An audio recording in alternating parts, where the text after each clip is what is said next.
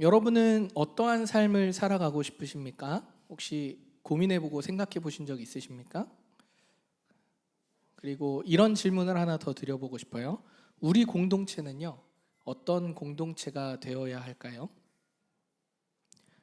제가 바라는 것은요, 하나님의 뜻을 따라 살아가는 그런 믿음의 공동체 되기를 소망합니다.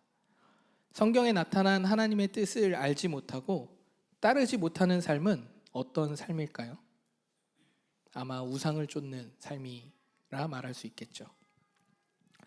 하나님의 뜻이 아닌 무엇인가를 따르는 삶을 우리는 우상을 쫓는 삶이라고 말합니다. 이 시대는요, 우상과의 전쟁이라고 말해도 부족함 없을 것 같아요. 과하게 말할지라도 너무나 많은 우상들이 이 시대에 존재하고 실제로 우리가 매일매일 그 우상과의 전쟁으로 살아갑니다. 그런데요, 우리 그리스도인들이 겉으로 보기에는요, 사실 우상과는 전혀 상관없어 보여요. 적어도 우리는 돌로 만든 신상 앞에 절하는 일도 없고 구약의 이스라엘처럼 금송아지 만들어서 절하는 일은 없으니까 우리는 우상과는 크게 상관없는 삶을 살겠지라고 그냥 편안하게 쉽게 생각하고 넘어가는 일들이 많은 것 같습니다. 하지만 성경이 말하는 우상은요, 단순히 형상을 만들어서 그 앞에 절하는 것을 우상이다, 이것만이 우상이다 라고 말하지 않는다는 거예요. 하나님보다 더 의지하고 하나님보다 더 사랑하며 하나님보다 더 두려워하는 모든 것을 우상이다 라고 말한다는 것입니다. 성경은 오늘 분명히 말하고 있습니다. 이스라엘아, 내 하나님 여호와께서 내게 요구하시는 것이 무엇이냐? 하나님께서 원하시는 것은 하나님을 경외하고 하나님을 사랑하는 것, 한마디로 하나님을 붙드는 삶, 하나님의 사랑을 따라 닮아가는 삶이라고 말할 수 있습니다. 여러분, 사람은 반드시 무언가를 붙잡고 살아갑니다. 내가 어떤 가치관으로, 어떤 세계관으로 무엇을 붙잡고 살아가는지 아는 사람도 있지만 모르는 사람도 있어요. 그런데요, 반드시 무엇인가를 붙잡고 살아간다는 거예요.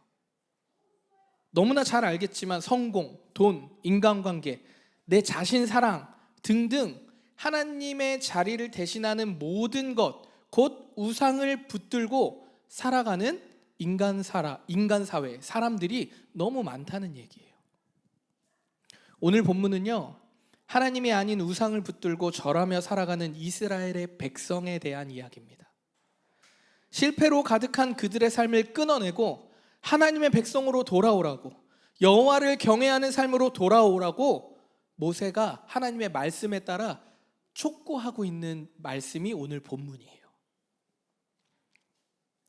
여러분 아시겠지만 창세기, 하나님이 창조하신 이야기와 그리고 그 이야기 끝에 결국 노아의 홍수와 그리고 한 민족을 택하셔서 출애굽이라는 시간을 거치고 그리고 광야 생활 가운데 하나님의 백성으로 살아가는 법이 무엇인지 레위기를 통해서 율법이라는 것을 세워주시고 그리고 그 말씀 가운데 살아온 여정을 다시 한번 복귀하면서 하나님의 말씀대로 사는 것이 무엇인지를 끊임없이 알려주시는 것이 구약의 전체적인 이야기들이고 내용이고 모세오경의 이야기입니다.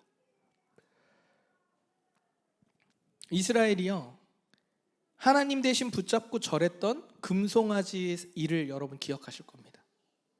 오늘 본문은요, 이 금송아지의 일을 기억하느냐? 이스라엘아, 내 하나님 여호와께서 내게 요구하는 것이 무엇이었느냐? 너네가 그걸 모르느냐? 그런데 어찌 금송아지 앞에 절하고 우상을 삼고 있었느냐라고 말씀하시면서 회개를 촉구하고 하나님의 백성으로 돌아오라고, 목이 곧은 백성이 되지 말고 하나님 앞에 겸손히 나아오라고 말하고 있는 본문이라는 거예요. 여러분, 이스라엘 백성이요, 출애굽을 했습니다. 광야 생활을 지내면서요, 불안하고 조급함이 찾아왔어요. 모세가 시내산에 올라갔습니다. 하나님의 말씀을 듣고 있을 때에 백성들이 조급해지는 거예요. 하나님의 말씀을 모세를 통해 항상 듣던 이 이스라엘 백성들이 조급해진 거예요. 모세가 올라가서 내려올 생각이 없는 겁니다. 그러니까 그 불안이 계속 차올랐겠죠. 그런데 여러분 생각해 보세요.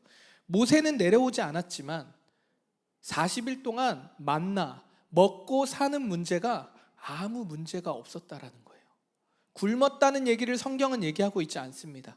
모세가 하나님을 대면해서 율법을 받는 그 동안에, 돌판에 율법을 새기는 그 동안에 이스라엘 백성들은 어떠한 변화도 없었어요. 잘 먹고 잘 자고 잘 지내고 있었다라는 거예요. 그럼에도 어떻게 하고 있다는 거예요? 불안해했다라는 거예요. 조급해했다라는 겁니다. 당장이라도 눈앞에 확실히 붙잡아야 할 무언가가 필요했다라는 거예요. 불안을 지금 리더가 없어. 우리 이제 어떡하지? 가야 돼 말아야 돼? 알 수 없는 그 고통과 불안과 염려가 너무 있으니까 이것을 잠재울 무엇인가가 필요했어요. 왜냐하면 그거라도 잡으면 조금이나마 안정감이 생기니까요.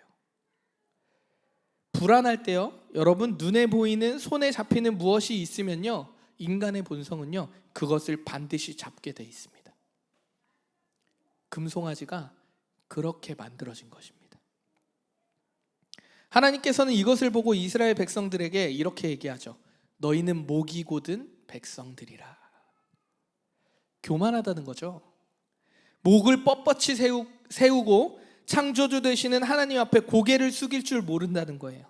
하나님을 의지하는 법을 모른다는 겁니다. 그런데요, 하나님께서 지금 단지 금송아지 하나만을 가지고 말씀하시는 것이 아니에요.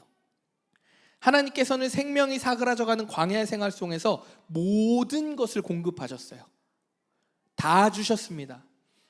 하나님 뜻에 합당한 삶, 하나님의 백성으로 살아가는 방식을 광야 생활을 통해 알려주신 거예요. 그 민족이 어떻게 세워져야 하는지, 무엇을 지켜야 하는지, 무엇이 선인지, 무엇이 악인지, 어떻게 먹고 자고 어떻게 사람이 관계하며 살아야 하는지를 아주 세밀하게 다 말씀해 주셨다고요. 그럼에도요, 이스라엘 백성은 어떻게 합니까? 투정으로 가득합니다. 물 달라고, 고기 달라고 징징대고, 기어코는요 뭐라고 얘기합니까? 차라리 종살이가 낫다고 투정 부리는 백성들이라는 거예요. 하나님이 그들을 향해 목이 곧은 백성이라 하신다는 겁니다. 성경은요, 끊임없이 우상을 붙잡고 죄를 짓는 백성들을 보여주고 있습니다. 풍요와 다산, 성공을 의미하는 바알과 아세라 신상 앞에 절합니다. 왕들이 계속 바뀌는데도요, 이 신상을 무너뜨릴 생각을 안 해요. 계속해서 바알과 아세라 신상과 우상을 옆에 끼고 하나님도 옆에 끼고 그러고 살아갑니다. 소망이 하나님께 있음을 알고 있고 경험했음에도 불구하고 당장의 풍요를 위해, 안정을 위해, 풍년을 위해, 성공을 위해 우상 앞에 절하는 모습을 우리는 성경을 통해 보았습니다. 선지자 사무엘 시대는 어떠합니까? 여러분, 언약궤를 우상화하는 모습을 보죠. 언약궤는요, 하나님이 아니에요. 하나님의 임재를 상징하는 것이 언약궤입니다. 그런데 언약궤 그 자체를 마치 하나님의 임재로 여기고 부적처럼 사용하는 모습들을 보잖아요. 마치 우리의 신앙이 종교적 의무로, 이걸 다 하면 오늘 주일 예배 드렸어, 손 땡땡, 나 하나님 앞에 예배하는 삶 잘 살고 있잖아, 난 크리스찬이야, 이런 모습과 같다는 거죠. 우상 앞에 절하는 성경의 사람들의 이야기가 바로 우리들의 이야기라는 겁니다.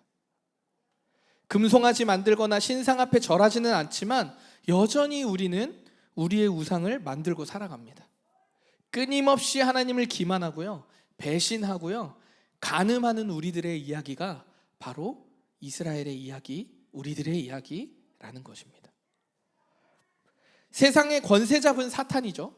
세상의 권세 잡은 자들이 사탄입니다. 근데 이 사탄이요, 정말 교활하게 우리를 공격해요. 하나님의 백성으로 살지 못하도록 끊임없이 우리를 괴롭힙니다. 1단계 공격을 너무 가벼워요. 물질, 돈, 커리어, 성공, 학력 등 이제는 당연하게 여기는 이 세상의 가치들을 우상을 삼게 해요.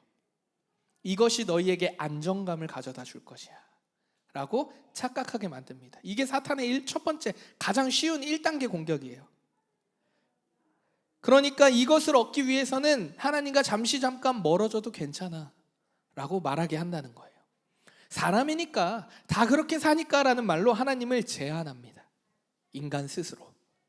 결국 하나님 가만히 계세요. 하나님 없어도 돼요. 내가 좀 열심히 해볼게요. 하나님 주신 힘, 능력 있고 나 예수 믿으니까 내가 좀 할게요.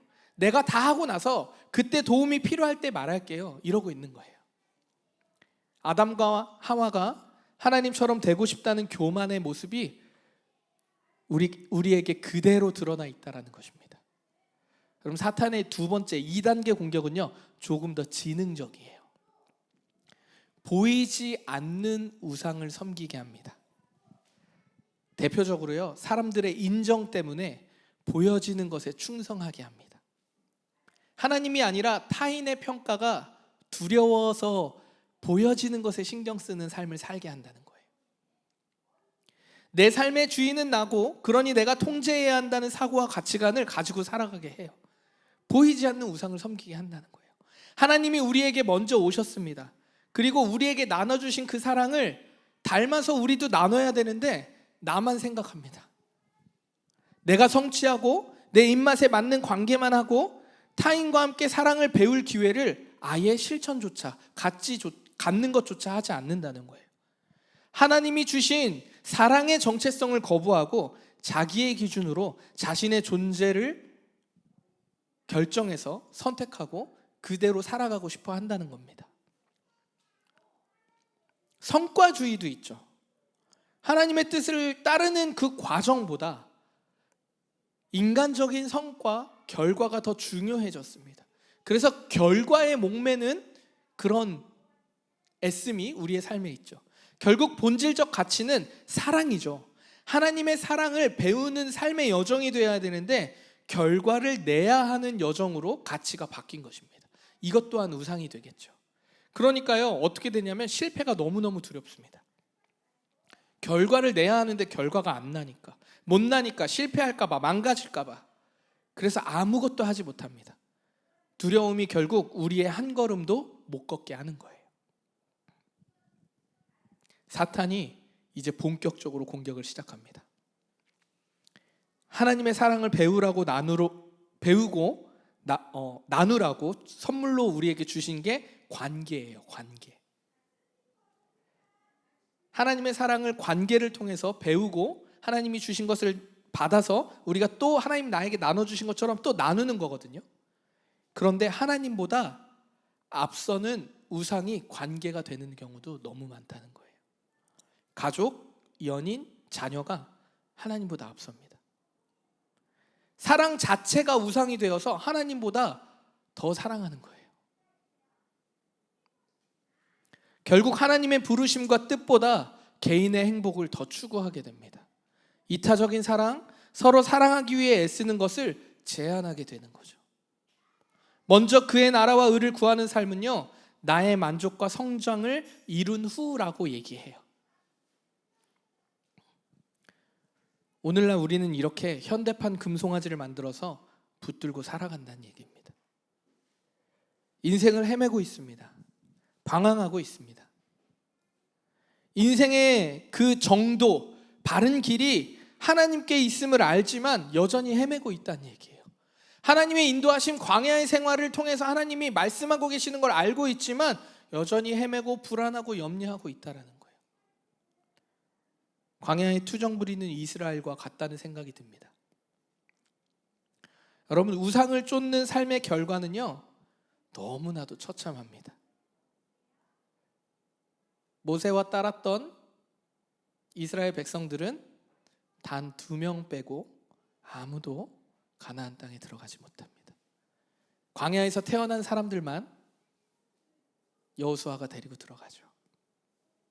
우상을 쫓는 삶은요, 공허를 가져다 주고요, 파멸을 가져다 줍니다.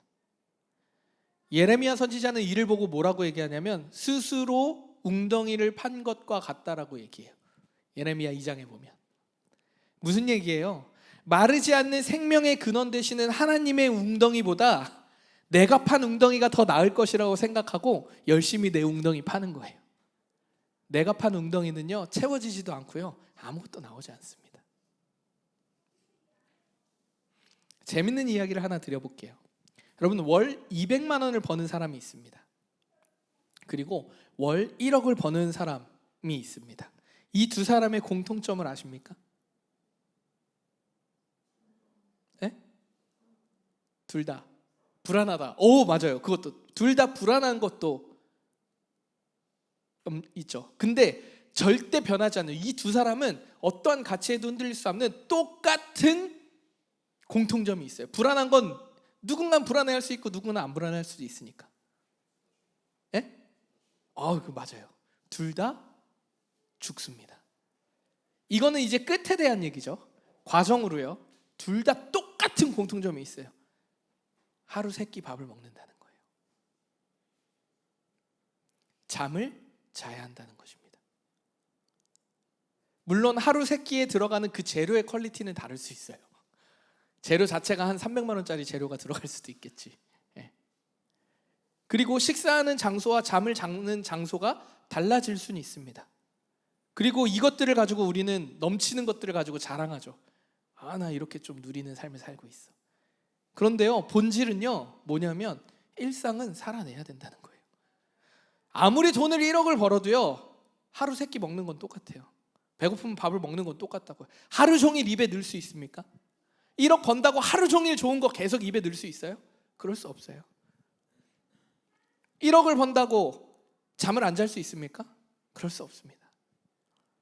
그리고요, 장집사님이 얘기한 것처럼 언젠가는 똑같이 죽음을 맞이한다는 거예요. 공통점은요, 돈과 상관없이 모든 우상의 모습들이 그렇습니다. 돈과 상관없이 공통점은요, 인간은 유한하다라는 거예요. 이렇듯 우상을 쫓는 삶은요, 채워도 채워지지 않아서 결국 공허와 파멸에 이르게 된다는 거예요. 여러분, 이것이야말로 지옥이 아니고 무엇이겠습니까? 그런데요, 반대로 하나님의 말씀을 붙들고 하나님 안에 거하는 삶은요, 만족과 평안이 있습니다. 생명을 얻게 되고요, 행복을 누리게 됩니다. 자족하는 마음 가운데 하나님이 주신 것에 감사할 줄 알게 됩니다. 만족이 무엇인지 알게 돼요. 고갈되지 않는 감사를 경험하게 됩니다. 진짜 감사할 줄 아는 사람은요, 김치 하나에 밥을 먹어도 감사한 겁니다. 김치가 깍두기로 바뀌었을 때 감사할 줄 아는 거예요. 오늘 본문 13절은요, 하나님이 주신 명령과 규례가 우리를 위한 것이라고 말하고 있어요. 여러분, 놀랍지 않으십니까? 하나님이 주신 명령과 규례가, 이스라엘이 지켜야 했던 그 명령과 규례가 누구를 위한 거래요? 이스라엘 백성을 위한 거래요. 왜요? 너희들이 평안하고 싶어? 너희들이 안정감을 갖고 싶어? 그러면 내가 이렇게 이거 지켜봐. 이거 지키면 내가 이 안에서 완전한 자유를 누리게 해줄 수 있어. 하나님께서는요, 우리의 자유를 뺏으려는 분이 아니에요. 하나님의 참된 사랑을, 행복을 나누어 주고 싶어 하시는 분이라는 거예요. 하나님의 사랑을 알기에 명령과 규례를 완벽히 지키지 못하는 것을 알고 있음에도 그것을 지키며 살아가는 삶에 감사가 있고 평안이 있음을 알기에 기쁨으로 순종한다는 거예요. 여러분, 17절 18절의 말씀에 오늘 본문 말씀 보면요, 하나님께서는요, 고아와 과부와 나그네를 어떻게 돌보고 있는지 말하고 있습니다. 무슨 말입니까? 가장 약하고 힘없는 자들에게 하나님의 사랑과 은혜가 넘치도록 부어진다라고 지금 성경은 얘기하고 있어요. 편가르고 위아래 따지고 하나님께 잘하나 보나 하나님이 막 팔짱 끼고 보시면서 편파적으로 사랑을 베풀지 않으신다는 거예요. 누구에게 사랑을 베푸신대요? 고아와 과부, 나그네, 이방인들을 하나님이 사랑하신대요. 그 사람들이 어떤 사람들이에요? 세상에서 가장 약한 존재들. 무슨 얘기예요? 하나님은 공평하신 하나님, 하나님이 세우신 명확한 기준이, 거룩하신 하나님께서 거룩한 백성으로 정확한 기준이 있다라는 거예요. 여러분, 생각해보면 너무 단순해요. 철로역정의 주인공 이름이 크리스천이거든요. 이 크리스천이 무거운 짐을 메고 시작하잖아요. 그런데 가면서 짐을 하나씩 벗습니다. 그리고 결국에는 하나님을 붙잡습니다. 여러분, 이렇게 단순한 겁니다. 우리의 수많은 짐을 내려놓고 하나님 붙잡으면 돼요. 삶의 문제가 있어요. 그러면 그것들을 하나님을 붙잡고 기도하고 간구하면 되는 거예요. 너무 단순해요. 그런데 우리는 스스로 웅덩이를 파고 물 왜 안 나오지? 이러고 있는 겁니다. 마르지 않는 생명수가 있는 웅덩이를 우리에게 주셨어요. 내가 찾아가지 않아도 됩니다. 주셨어요. 하나님은 우리에게 먼저 다가오셔서 주시는 분이지 우리가 두드려야 주시는 분이 아니라는 거예요.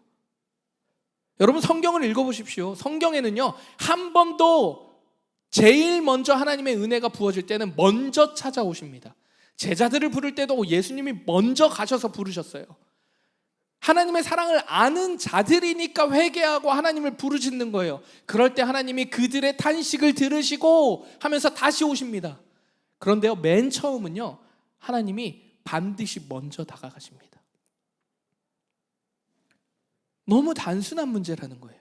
먼저 다가오신 하나님을 붙들면 돼요.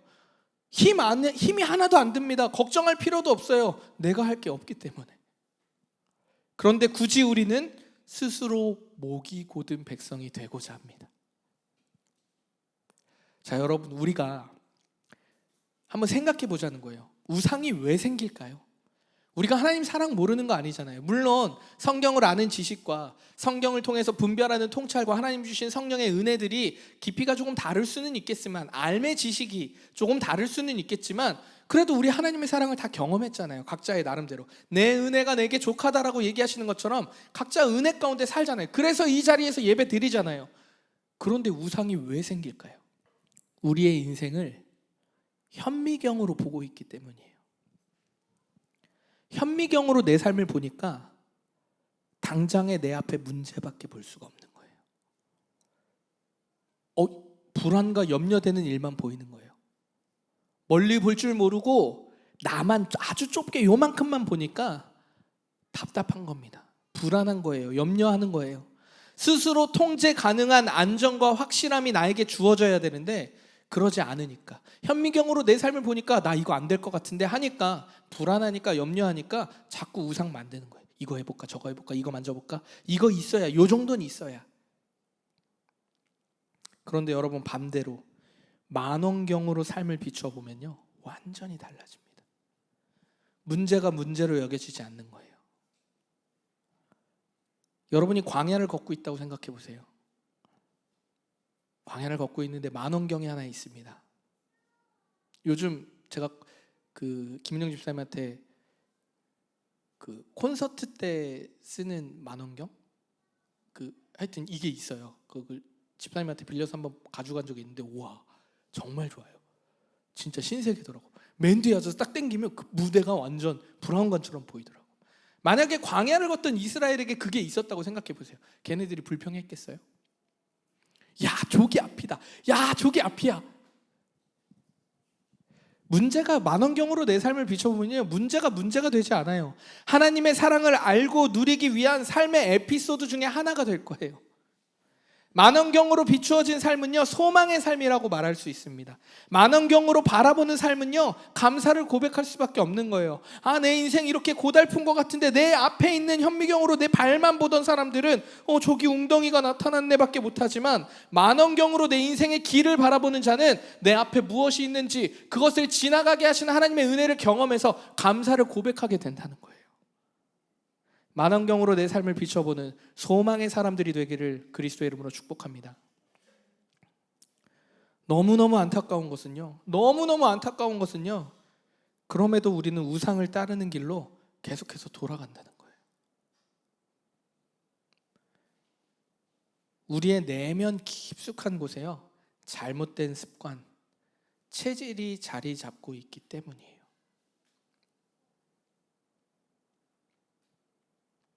이스라엘이 400년간 노예 생활을 했습니다. 40년으로 바뀌겠어요? 놀라운 기적을 보아도 변하지 않는 백성들이었습니다. 목이 곧은 백성들. 우리 안에 내면 깊은 곳에 잘못된 습관, 잘못된 체질이 자리 잡고 있기 때문에 알면서도 우상으로 자꾸 돌아가는 거예요. 그래서 아는 것이 힘이다. 여러분, 그거 거짓말이에요. 제가 누누이 말씀드리잖아요. 아는 것이 힘이라는 건 거짓말입니다. 아는 대로 살 때 힘이 되는 거지, 아는 것이 힘이 되지 않습니다. 마치 건강하지 못한 사람이 이유가 식습관이나 게으른 생활 습관이 몸에 배어 있으면 당연히 건강하지 못한 삶을 살 거 아니에요. 이것처럼 우리의 영적인 삶에도 우상을 만들고 붙잡으려는 체질이 고스란히 배어 있으니 자꾸 알면서도 우상을 붙잡는 거예요. 하나님 붙잡지 않고. 여러분, 체질 개선이 필요합니다. 정말 너무너무 시급해요. 영육의 삶에 체질이 바뀌어야 한다는 겁니다. 단순히 의지적인 결단으로 바꿔야지 여러분, 안 돼요. 그걸로는 안 됩니다. 여러분, 우리가 영적인 삶을 살 때는 체질 개선이 너무 우선이 돼야 돼요. 하나님의 부르심에 합당한 삶을 살기 위해서는 하나님의 뜻을 분별할 수 있도록 하나님의 말씀 앞에 서 있는 그 체질 개선이 필요하다라는 거예요. 제가 최근 8체질 한의원을 다니고 있잖아요. 오늘 점심도 고기 만두만 먹었습니다. 여러분이 한의원 다니면서요, 체질에 맞는 생활 습관으로 바꾸는 게요 너무 힘들더라고요. 제가 목양 체질이라더라고요. 목사라 목양하는 거라 그런 건지 모르겠는데 목양 체질이야. 여러분, 먹고 싶은 거, 좋아하는 것을 포기하고 평소 원하지 않는 식습관으로 산다는 게 이렇게 힘든 일이구나라는 걸 이번에 알았어요. 여러분, 얼마나 힘든지 몰라요. 매 식사마다 유혹에 빠집니다. 그냥 먹을까? 한 번뿐인데 내 고집, 내 자아를 내려놓는 것이 얼마나 힘든지 모르겠어요. 더군다나 저희 아내는 저랑 완전 반대예요. 둘이 데이트를 해도요 같이 밥을 먹을 수가 없어. 나는 해물을 못 먹는데 그 사람은 해물만 먹어야 돼. 나는 커피를 먹는데 그 사람은 커피를 못 마셔. 그 사람은 차가운 걸 먹어야 되는데 나는 따뜻한 것만 먹어야 돼. 완전 반대, 극과 극이에요. 저희 가족이 6명이잖아요 3대3으로 나뉘었어요. 그래서 요즘 저희 아내가 하루 한 끼는 어떻게 먹어보자 해서 최수희 사모님이 집에서 음식을 2개로 준비합니다. 목양체질 식단, 금양체질 식단. 너무 감사하고 고맙지만 오래 가진 않을 것 같아요. 내 체질에 맞는 식습관을 통해서 내 몸에 독소를 빼내듯이 내 안에 완고한 고집, 자아를, 교만함을 빼내야 된다는 거예요. 단순히 의지만으로 안 된다는 거예요. 그럼 도대체 어떻게 해야 할까요? 힌트가 어디에 있냐면 8체질 한의원에 있어요. 제가 체질 한의원을 가면요 제일 먼저 이렇게 물어보십니다. 치료받으신 후에 좀 어떠셨습니까? 무슨 얘기냐면 마음을 물어봐 주십니다. 여러분, 내 고집과 자아를 잘라내기 위해서는요 마음의 할례를 받아야 합니다. 하나님의 성품을 묵상하고 하나님의 사랑으로 마음의 위로와 새 힘, 지혜와 평강을 얻지 못하면 내 의지, 내 고집, 내 교만을 빼낼 수가 없어요. 하나님의 말씀으로 내 마음의 할례를 받지 못하면 결코 우리는 우리의 고집과 자아를 내려놓을 수 없습니다. 매 순간 마음의 할례를 통해서 믿음으로 나아가지 않으면요 결코 우리는 고집, 교만 내려놓을 수 없고 다시 우상 붙잡는 삶으로 가는 거예요. 이 시대에 금송아지 만들어서 다시 붙잡는 겁니다. 말씀드렸잖아요. 오늘 본문 17절 19절에 하나님의 성품이 잘 나타나 있다고. 하나님은 어떠하신 분입니까? 공평하신 분이라는 거예요. 뇌물이 통하지 않으셔요. 거룩하신 하나님께서 거룩하게 구별된 백성의 삶을 살라고 요구하고 계십니다. 거룩하신 하나님이 세우신 거룩의 기준에 따라 하나님 말씀 앞에 순종하며 살아가는 자들에게 은혜의 맛을 볼 수 있게 하신다는 거예요. 그러니 하나님의 마음의 할례를, 하나님의 은혜를 내가 맛보지 않고서 어떻게 내가 변할 수 있냐는 거예요. 설령 내가 변한 것처럼 보여도요 그거는 잠시 잠깐 완전한 하나님의 칭이 된 완전한 하나님의 백성의 삶이 아니에요. 내가 잠시 잠깐 그냥 가면 쓴 것뿐이지. 여러분, 하나님께서 약자를 사랑하시는 분인 것이, 그것이 우리에게 정말 큰 위로라는 겁니다. 여러분, 우리는 늘 약자예요. 약자입니다. 늘 부족해요. 늘 실패하고 늘 넘어집니다. 오늘 은혜 받았어도 내일 무너지고 오늘 저녁에 무너져요. 오늘 결단하고 마음의 할례를 받은 것처럼 느껴지지만 돌아서면 손가락질하고 욕하고 편가르고 나누고 시기하고 질투하고 욕짓거리 내뱉고, 그게 우리의 모습이라는 거예요. 우리는 늘 약자예요. 근데 약해서일까요? 하나님의 말씀의 은혜를 내 마음에 할례 받기 위해 취하는 것이 아니라, 좋은 음식을 내 안에 집어넣는 게 아니라 좋지 않은 보충제를 자꾸 몸속에 집어넣어요. 이게 좋을 거야, 저게 좋을 거야, 마구잡이로 때려 잡아서 내 속에 갖다 집어넣습니다. 하나님이 우리의 최고의 보충제임을 믿으시길 축복합니다. 하나님이 어떠한 분인지 아는 것, 믿음으로 반응하는 삶을 살 때에 우리의 체질이 바뀐다는 거예요. 그래야 나의 고집이 비로소 내려놔지고요, 참 자유와 진리를 따라 사는 삶으로 변하게 된다는 겁니다. 여러분, 하나님을 붙잡는 삶은요, 꾸준한 운동을 하는 것과 같아요. 제가 지난주 세미나가 있어서 러닝을 3일 못했습니다. 매일 짧은 30분의 러닝이 그렇게 힘들어요.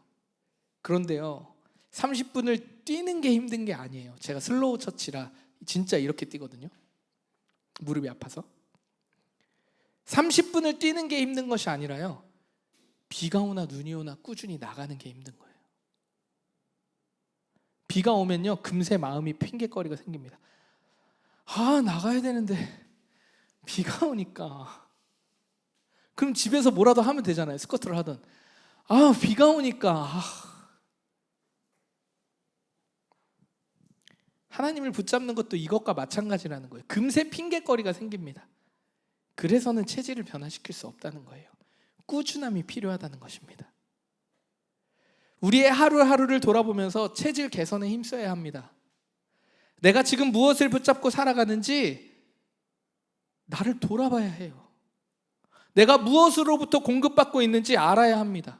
질문해야 해요. 이 질문이 끊어지는 순간 우리는 반드시 하나님이 아닌 무언가를 만들어서 붙잡고 살아간다니까요. 하나님을 묵상하며 하나님의 하나님 되심을 알고 믿음으로 반응하는 삶은요, 우리를 하나님을 붙잡게 하는 통로의 역할을 한다는 거예요. 그 체질 개선을 통해서, 마음의 할례를 통해서 나의 고집과 자아가 내려놔지고 비로소 하나님을 붙잡는 참된 평강의 삶을 살게 된다는 것입니다. 믿으십니까? 아멘. 말씀을 정리하겠습니다. 우상은 단순하게 우상 앞에 절하는 문제가 아니에요. 이스라엘의 문제로, 우리랑 다른 문제지, 이스라엘의 문제로 치부할 만한 것도 아닙니다. 오늘을 살아가는 우리의 생명이 달린 실제적인 문제예요. 서두에 말씀드렸지만 이 시대는 우상과의 전쟁에 우리가 놓여져 있습니다. 오늘 수장자매가 대표 기도로 기도해 주실 때도 분별하는 지혜가 우리에게 필요하다고 간구했는데, 정말 필요한 게 그것입니다. 하나님의 눈으로 세상을 바라보고 내 삶을 보지 못하고, 나의 가정을 보지 못하고, 나의 직장을 보지 못하면 우린 반드시 하나님이 아닌 그 무언가를 붙잡고, 그리고 한쪽으로 주님도 끼고 달라고 스스로 웅덩이 파고 있는 겁니다. 오늘 하나님께서 우리에게 물으십니다. 내가 내게 요구하는 것이 무엇이냐? 이제 우리에게 필요한 것은요, 단순한 결심이 아니에요. 체질 개선입니다. 하나님을 묵상하고 그 성품을 닮아가며 하루를 살아갈 때 내 삶에 찬양이 흘러나오는 겁니다. 하나님을 높이는 거예요. 감사를 고백하게 됩니다. 반응하게 됩니다. 그것이 예배잖아요.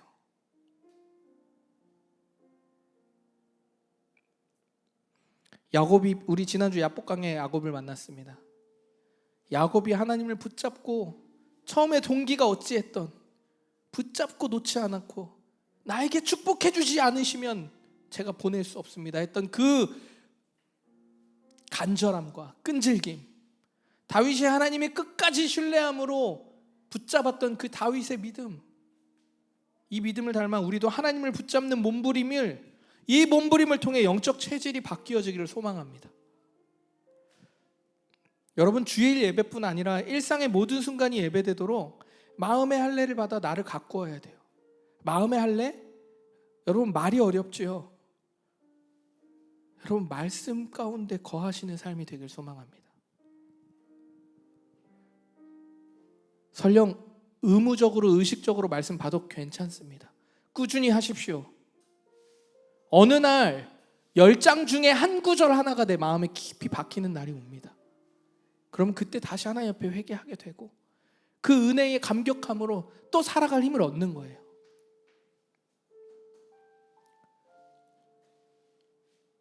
하나님의 말씀으로 채워지는 체질을 바꾸지 못하면요, 나의 삶, 우리 공동체는요, 결국 우리 입맛에 맞는 교회밖에 안 돼요.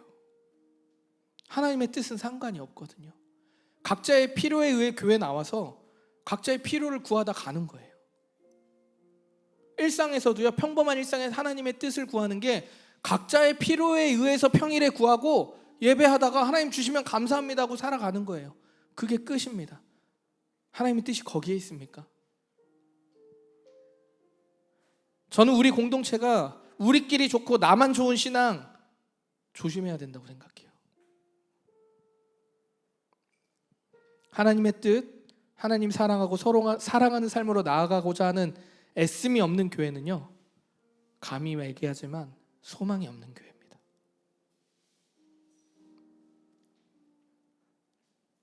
사랑하는 우리 올디너리 성도 여러분, 매일 운동하고 건강한 식습관을 통해 몸의 체질을 바꿔가듯이 우리의 신앙도 하나님 붙들고 하나님 말씀 앞에 순종하면서 체질을 좀 바꾸어가는 우리들 되길 소망합니다. 지금까지 잘해왔어요. 저희 정말 잘해왔습니다. 개척 4년간 부지런히 하나님의 은혜가 본질이 무엇인지 잘 고민하고 왔어요. 그런데 여러분 포기해서는 안 됩니다.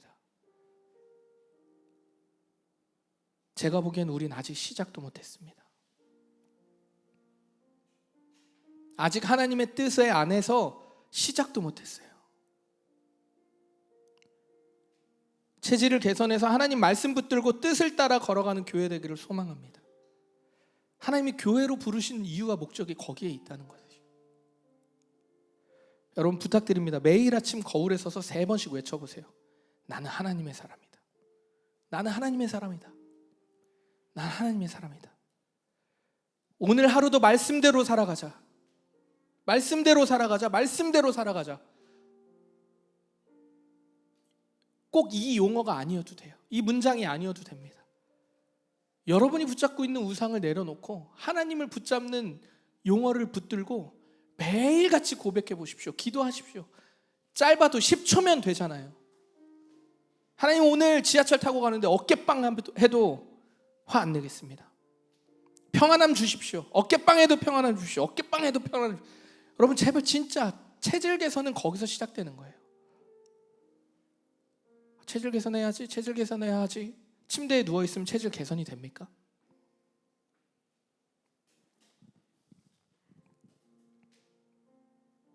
여러분 이제 시작됩니다. 하나님의 은혜가 우리 안에 충만하게 부어주는 줄 믿습니다. 마음의 할례를 받기를 소망합니다. 하나님의 말씀의 은혜가 여러분의 일상에서 있는 한 구절 한 구절에 강력하게 임재하여서 하나님의 평강을 맛보게 되는 우리 올디너리 성도님들 되시기를 그리스도의 이름으로 축복합니다. 여러분 지쳐 있습니다. 여러분 알아요. 힘들어요. 너무 고통스럽습니다.